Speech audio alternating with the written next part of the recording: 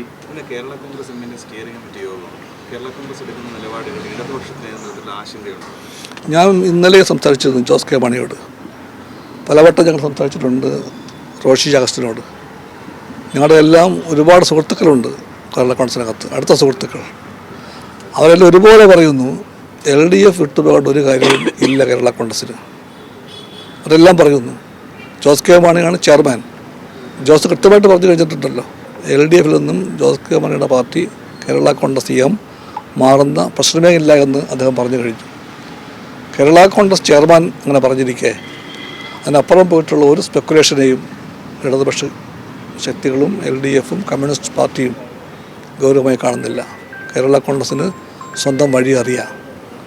ആ പാർട്ടി പ്രതിനിധീകരിക്കുന്നത് ന്യൂനപക്ഷ അവകാശങ്ങളെയും കർഷക താല്പര്യങ്ങളെയുമാണ്. ആ രണ്ട് രംഗങ്ങളിലും മറ്റേത് ഗവൺമെൻറ്റിനേക്കാളും മുന്നണിയേക്കാളും ഉറച്ച സ്റ്റാൻഡുള്ളതാണ് LDF ന്യൂനപക്ഷങ്ങളെ എന്നും മിത്രമായി കാണുന്നുണ്ട്.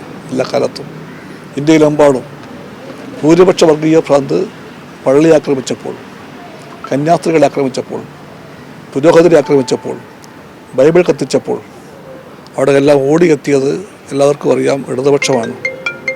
ആ പക്ഷത്തെ അതുകൊണ്ട് തന്നെ ന്യൂനപക്ഷങ്ങൾ വിശ്വസിക്കാം. ഞങ്ങൾ ന്യൂനപക്ഷ ഭൂരിപക്ഷ വൈരുദ്ധ്യം ഉണ്ടാക്കാൻ നിൽക്കുന്നവരല്ല. ന്യൂനപക്ഷ ഭൂരിപക്ഷ ഭേദമന്യേ യഥാർത്ഥ വിശ്വാസികളെ ഞങ്ങൾ ചേർത്ത് പിടിക്കും. യഥാർത്ഥം എന്ന വാക്കിന് അടിവരയുണ്ട്. അയഥാർത്ഥമായിട്ടുള്ള കാപട്യങ്ങളെ നിങ്ങൾ മാനിക്കില്ല, പക്ഷേ യഥാർത്ഥ വിശ്വാസങ്ങൾ പൂർണ്ണമായിട്ടും മാനിക്കും. അത് ഇത്രയും വർഷങ്ങളുടെ ബന്ധം കൊണ്ട് കേരള കോൺഗ്രസിനറിയാം, ജോസ് കെ മാണിക്കറിയാം. ആ സ്റ്റിയറിംഗ് കമ്മിറ്റി അതുകൊണ്ട് എടുക്കാൻ പോകുന്ന തീരുമാനം 100% LDF അനുകൂലമായിരിക്കുന്നതാണ് ഞങ്ങളുടെ ബോധ്യം. ജോസ് കെ മാണി പറയുന്നത് ഭരണം എവിടെയുണ്ടോ അവിടെ കേരള കോൺഗ്രസ് ഉണ്ടാകുക, ആ ഒരു സ്റ്റാൻസിക്ക് എന്തെങ്കിലും ഒരു നിലപാടിലോ അല്ലെങ്കിൽ അതിന് വ്യക്തത കുറവുണ്ടോ എന്നല്ല അദ്ദേഹം പറഞ്ഞത്. കേരള കോൺഗ്രസ് EM എവിടെയുണ്ടോ അവിടെ ഭരണമുണ്ടെന്നാണ്. ആ കേരള കോൺഗ്രസ് EM ഇവിടെയുണ്ട്, ഇവിടെ ഭരണമുണ്ട്.